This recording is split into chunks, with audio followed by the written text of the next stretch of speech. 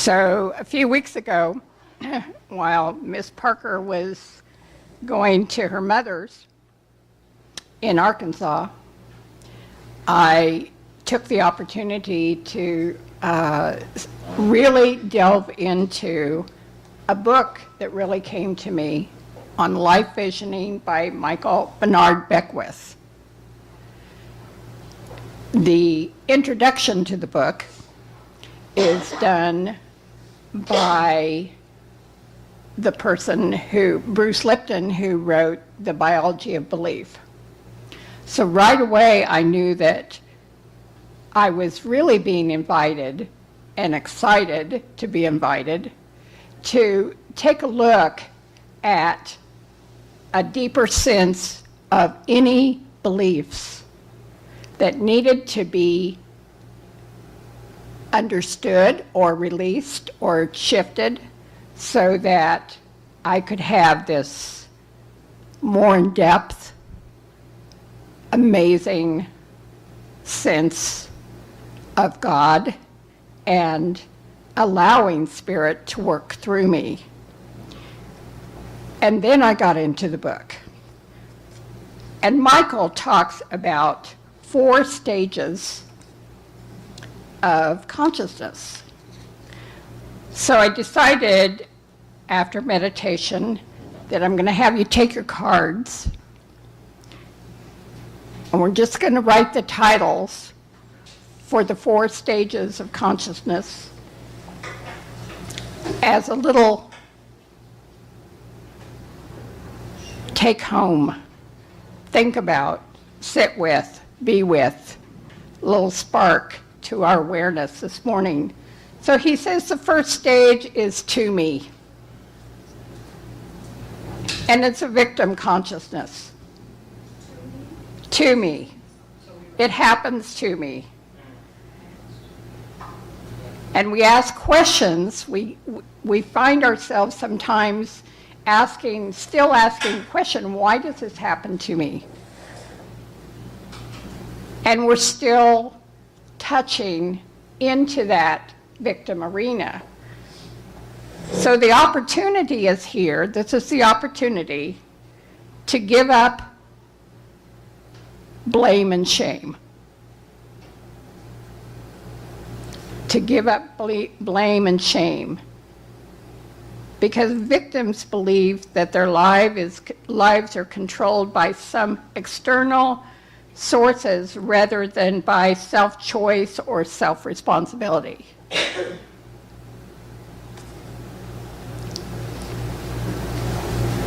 And then stage 2 is to it.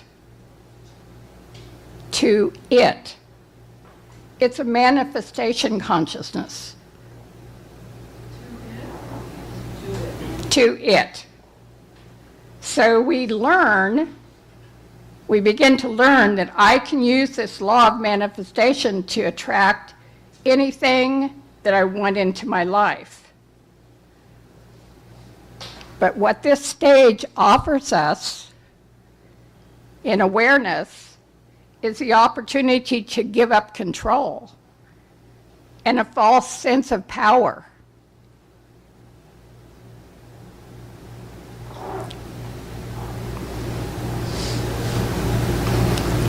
And then stage 3 is through me. So we start doing our spiritual practices, our meditations, our affirmations, our prayer, our imagination, and we understand that God expresses in, through, and as me, but the understanding comes here, is that we're still a little bit separate from that oneness of God. We're still a little separate. The 3 is through me. So we have this opportunity to go deeper into giving up our fear-based ego thoughts and still a sense of separation.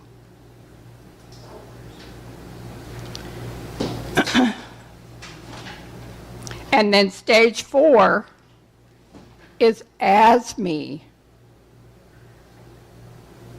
Stage 4 is? As me. So we gain this awareness, this sense of being in oneness, where we have no sense of separation. I am one with God. I am one with God. So stage 4 takes us into this true alignment with our true spiritual design that God has for us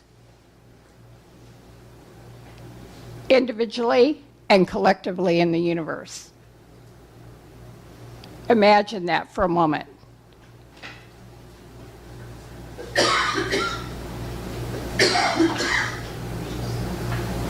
Stage 4, oneness. Just allowing the sense that I am one with God. And feel what that might feel like in you. Something familiar. Something that we've been looking for, perhaps in the wrong places. So this morning, take a breath. Just take a breath.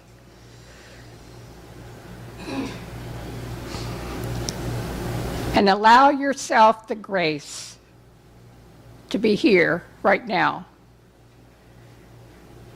Allow the stages, which aren't linear, to have a shape like your body. Access to your spirit and your mind and your heart.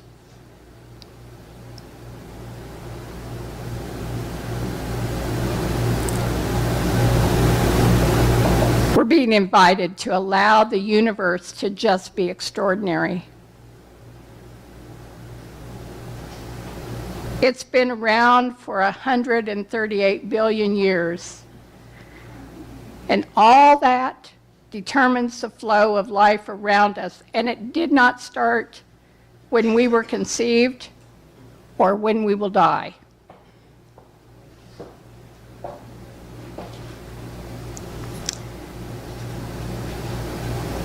So we're going to be still this morning. Just calm. Just allow yourself this calm. And be in the flow.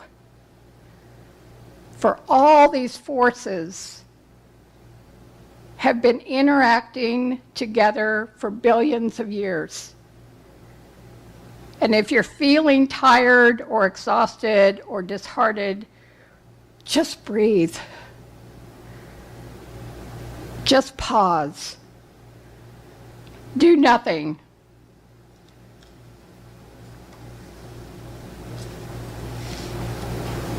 This is a way of nurturing yourself to re-energize, to open a much larger quantum field, a much larger sense of possibility to this whole extraordinary universe.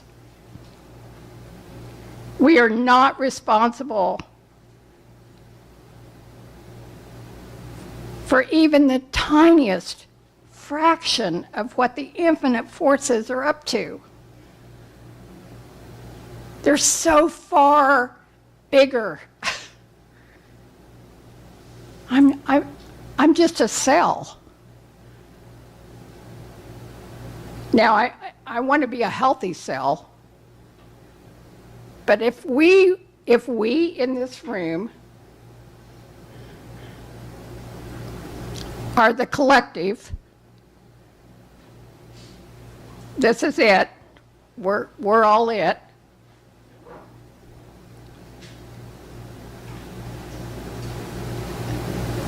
Then we can look at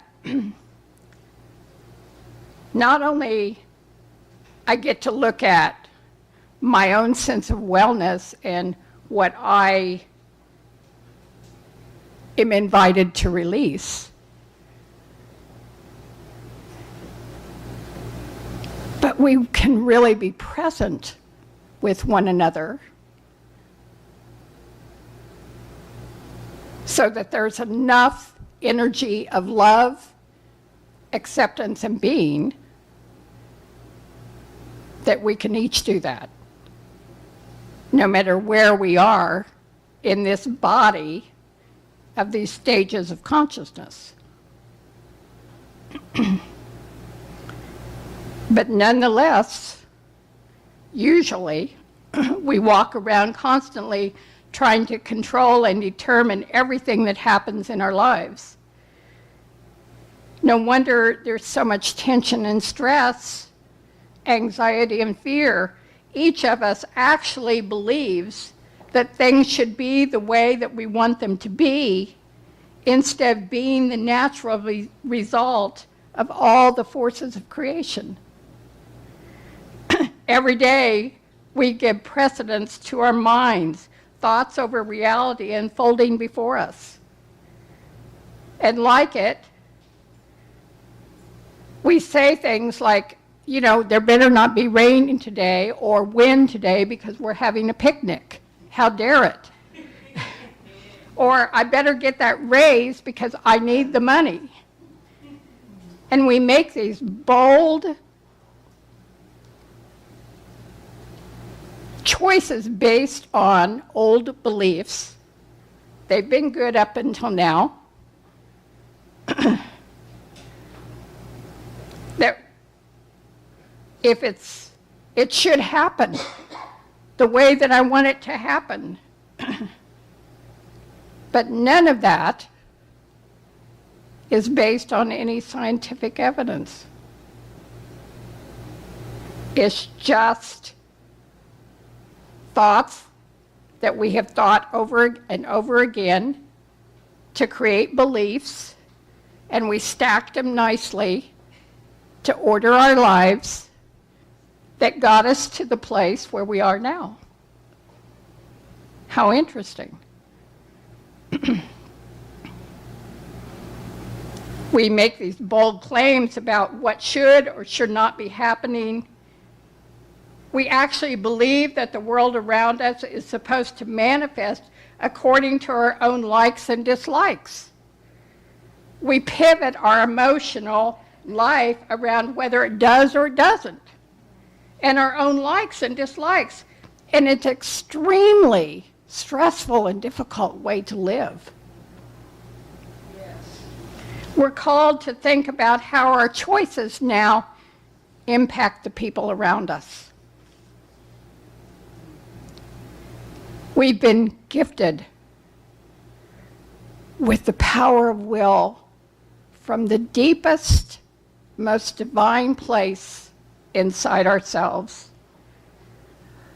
We can determine how we want something to be and why, and apply the power of our minds, hearts, and bodies in an attempt to make the outside world conform.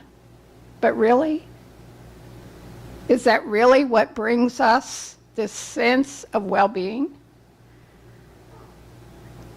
Our small self-way versus the way it would be without our intervention?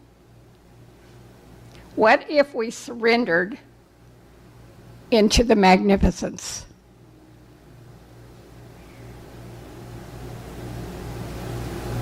When we win, we're happy and relaxed, and when we don't, we get disturbed and stressed and focus our attention about talking about it.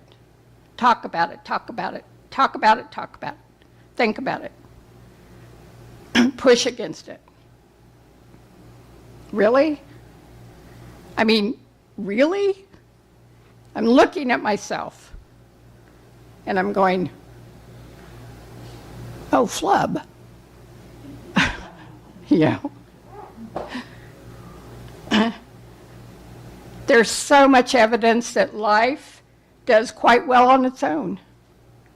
Plants planets stay in orbit, tiny seeds grow into giant trees, weather patterns have kept forests around the world watered for millions of years. It really doesn't need me.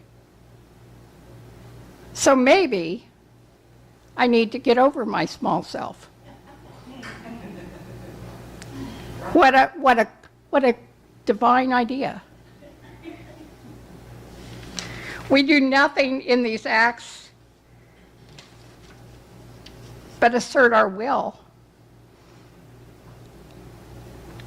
When we bump up against that divine magnificence that's in motion, there's this incomprehensible perfection of life itself. And we've stayed kind of away from it, just a step perhaps away from it, to allow ourselves to surrender into the forces of love that's life. But what about my will?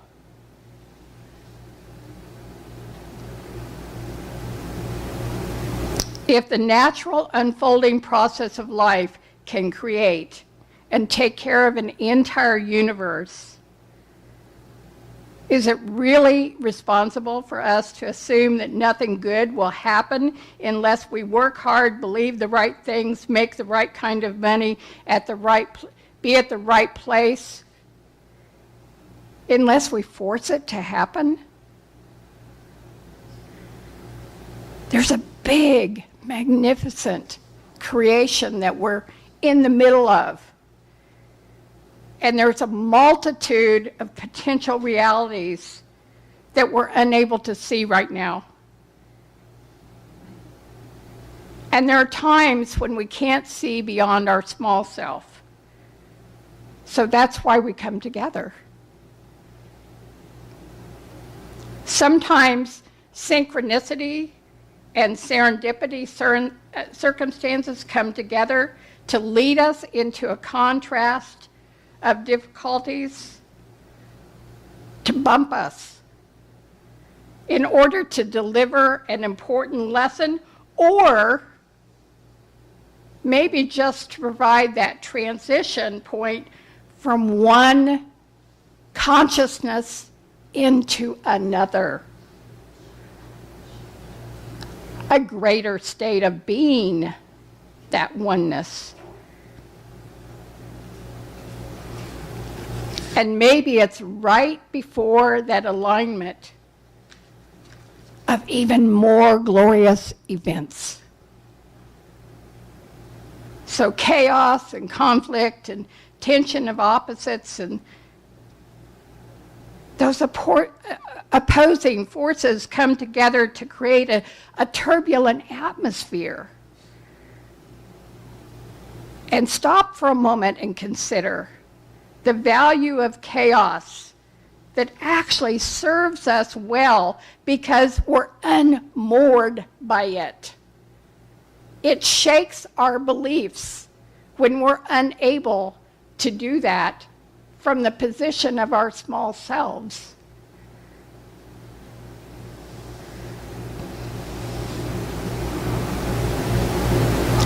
It helps us reinvent ourselves anew. It creates an essence of internal thoughts and behaviors that we project outward, and we find ourselves in disarray. We become the little storm cloud, or the Eeyore. We need to remember that every storm passes, and chaos has the divine opportunity to lead us to the reordering of things and the reordering of us. It's a way, conflict is a way to see more than one side. There's more than one side. And like Michael Beckwith says in his book, Visioning, seek the divine. Go within to discover the magnificence of the kingdom.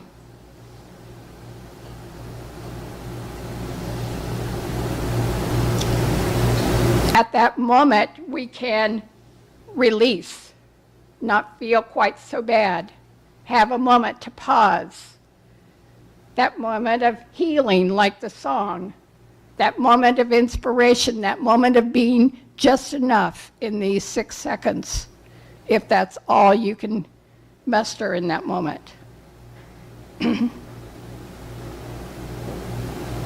At times of conflict, I know from my own experience and from observing in the world that stubbornness is keeping us, many of us, in a state of opposition.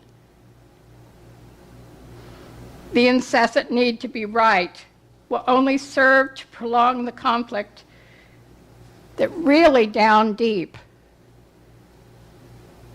is waiting to be resolved by surrender.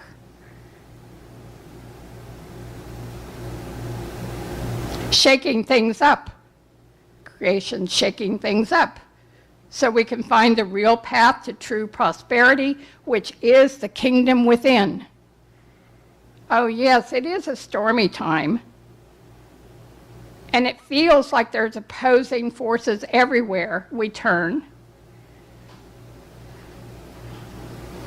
But be assured that there is a divine purpose as mysterious as the operation of the universe in this chaos. Everything that doesn't work, no longer needed, regardless of whether my small self thinks so or not, is being transformed and taken away so that the truth of our divine selves remain. When our rigidity of thought and beliefs becomes too rigid, we lose this spiritual opportunity of growth, and we actually waste untapped potential in the moment to go beyond the them versus us scenario. So we're asked to loosen up and open our minds and hearts and see if a more flexible approach within myself actually feels better. Rigidity always sets it up for everybody to lose. So are we ready to go beyond holding everybody as victims so there are no losers? Could we find a way to listen and bring about a result that's really mutually beneficial, a creative one, from that place of imagination, because we've taken that moment to listen and be at that oneness with the divine, and we've opened this field, this quantum field of the magnificence of the universe, and we've allowed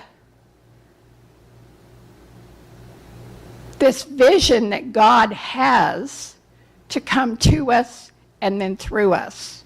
And it is from that place then we step out. We can't always protect, and we can't always lead. We can't always teach. We cannot always know. And we're called now to be students of the divine in conscious allowing. And we allow in the quiet. So we open ourselves up to listen, to allow love. More love within than we've allowed.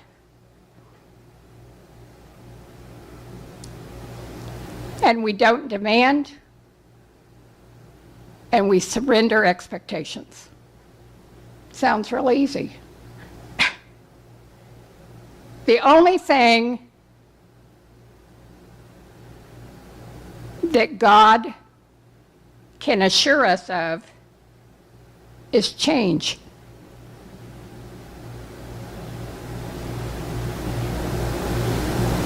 Because the divine way, if you've spent any time in nature watching clouds and wind and storms,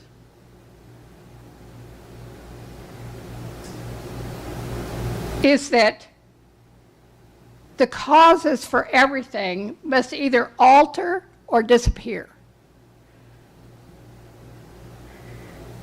We didn't come here to continue doing what's always been done. We didn't do that. We came to enter the divine horizons, this quantum field. And the way that we do that is to take time to explore, to surrender into this moment, this oneness with God. Spirit always knows what we need.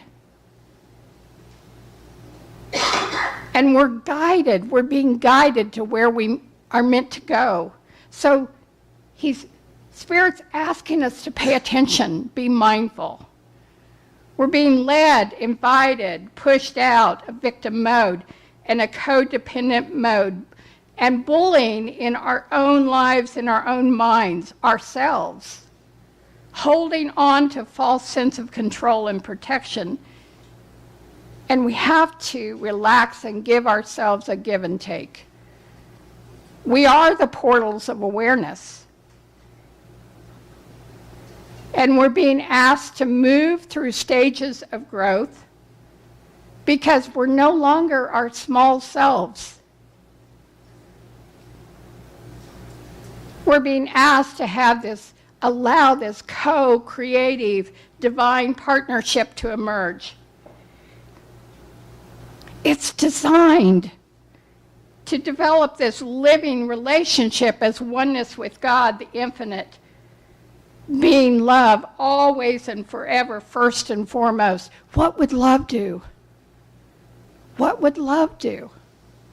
I want to say this, but what would love do? God's waiting for us to reach out and communicate and listen.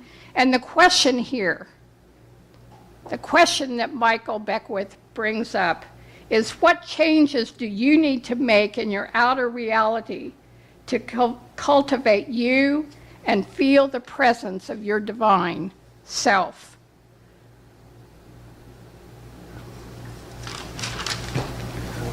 What changes do I need to make in my outer reality to cultivate me, this authentic, more authentic divine me, and feel the power, allow the power of my divine self? Evolution can't be stopped. Spiritual growth is assured. Action, activity, and awareness is always noticed by God. Nothing goes unheeded. And there's no reliable guide outside of your own divine heart and mind. It's time to tune in. Readjust that radio dial. And the path is never straight.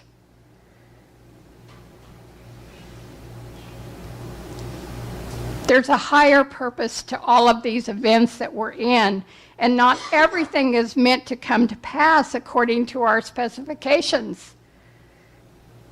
If you can't see the forest for the trees, pause, be quiet, breathe. And even when things don't go the way that you expect, there's a reason for the detour. And we need to remember this for humanity. There's a reason for everyone's detour. allowing the vision to come to us, because everything is connected through the universal flow of consciousness from this quantum field that is the magnificence of God. We're being asked to stop swimming against the current. You can't force inspiration. You can't manufacture creative answers. You can't even necessarily orchestrate a series of events or a manufactured to-do list that might place you in a more favorable, comfortable position, but never allow you to step into the water of the divine rather than looking at it from the outside. That's what I've been invited to do. We're each invited to do that. Reality shifts at various stages of growth. At some level, everyone knows the highest truth. It doesn't matter where they are or what they're spewing, or they know it's in their DNA. They were designed by God. And everyone is doing the best they can from their own level of consciousness. And if they're creating or causing their own suffering, we need to remember that it's temporary. In truth, there's a different experiencer for every experience on the planet. And we're in this sensory overload. It's overloading our nervous systems. And what that's doing, it's actually pushing our mind to shut off so we can open up to the divine. How awesome is that? We're becoming witness. And now we're being asked to witness our own inner work and untie the knots of our own imperfections, those things that really don't work for us anymore. And dropping our protection. Those things that we build up around us that keep us a step away from allowing the presence of the divine in oneness. We need to rest from this old story, for the truth is, he does restore our soul.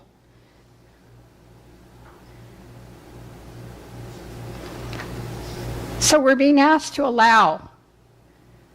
There's been this story that's gotten us to the place where we are, and it's been woven into the imperfect fabric of life, and it tells of hurt and loss and arrogance and the manner of suffering in really unnecessary dramas.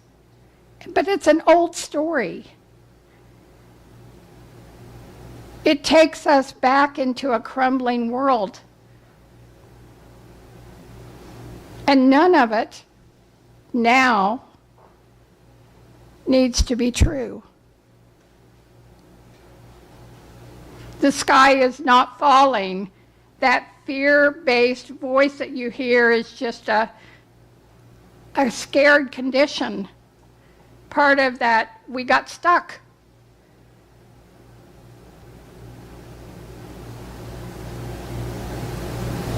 And when we open to this divine, we find that lost peace that we've been seeking, which is the presence of God within. Releasing into this quantum field of love that keeps this universe operating far beyond any measure of understanding. Forgive ourselves for telling distorted stories.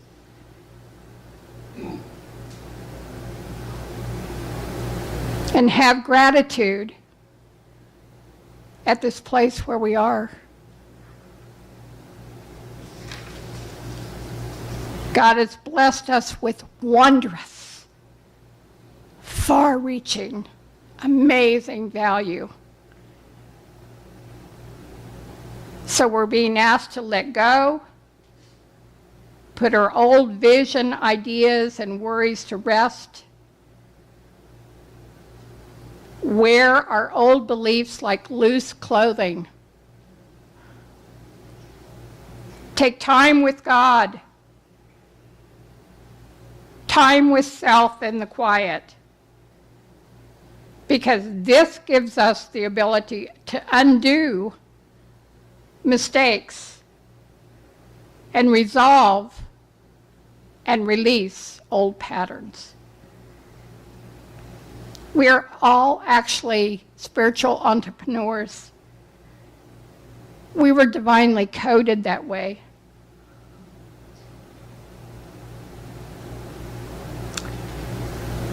What an awesome time to have this moment when giving up limited beliefs doesn't have to be painful, but becomes a loving, embraced celebration. So we're being asked to step into the presence, immerse yourselves in the water of the presence.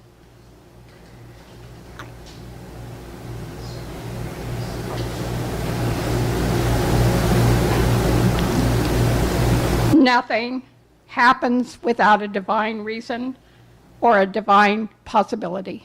Nothing. A divine possibility. So when we take that moment in silence and enter this field of possibilities with God as one,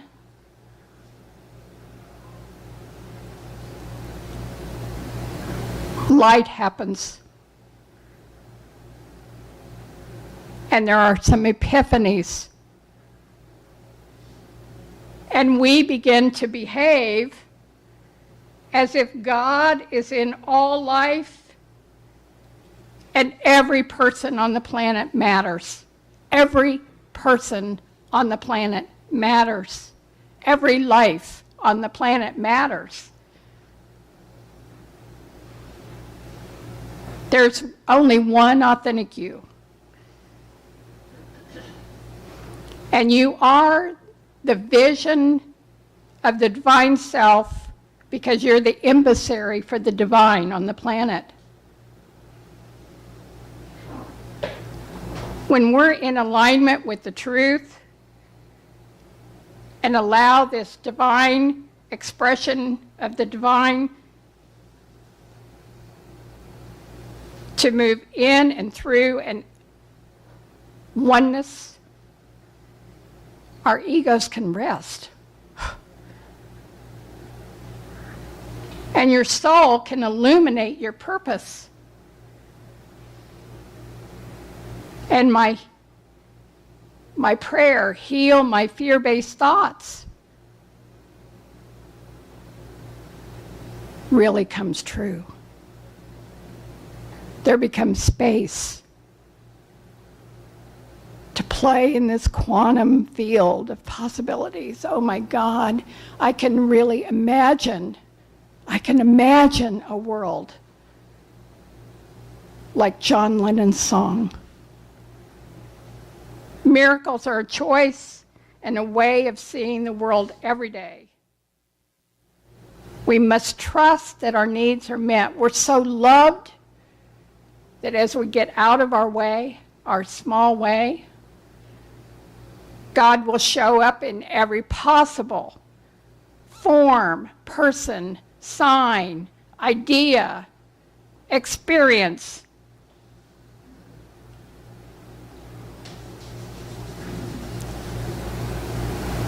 The truth is, nothing has ever been carved in stone. Nothing.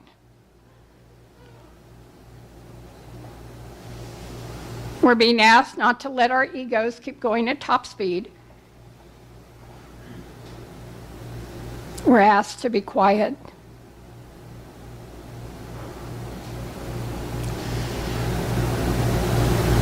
How dare we?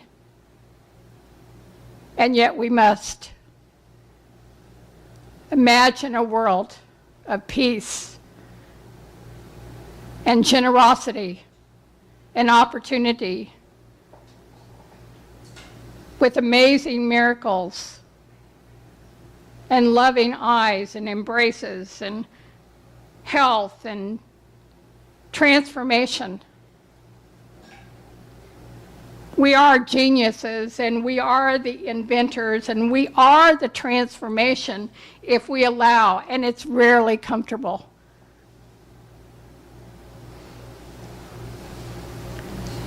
The intuition, our divine intuition, when we're in this quantum field, will take us through whatever perceived darkness we have.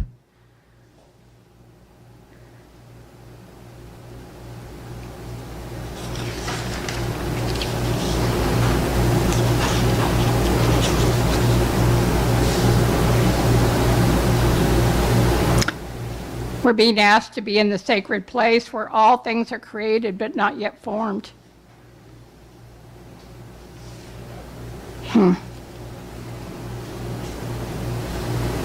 Keep going. We're progressing. Keep going. Keep going. We're right at the edge. Keep going. If anything came through my meditations in getting ready for all of this was, you're at the edge.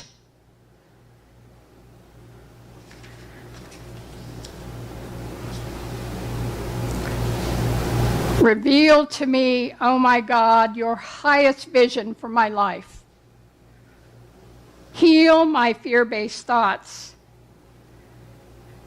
Thy will be done through me for the highest good of all and for the true manifestation of my purpose that is divine. Reveal to me, oh my God, your highest vision for my life.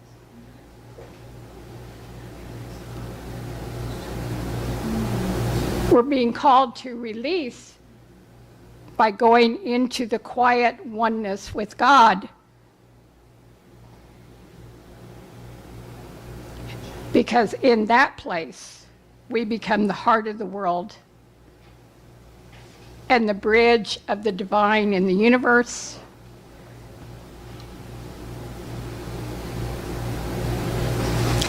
And God gets to realize his vision that he had for bringing us to this magnificent place. So it is. So it is.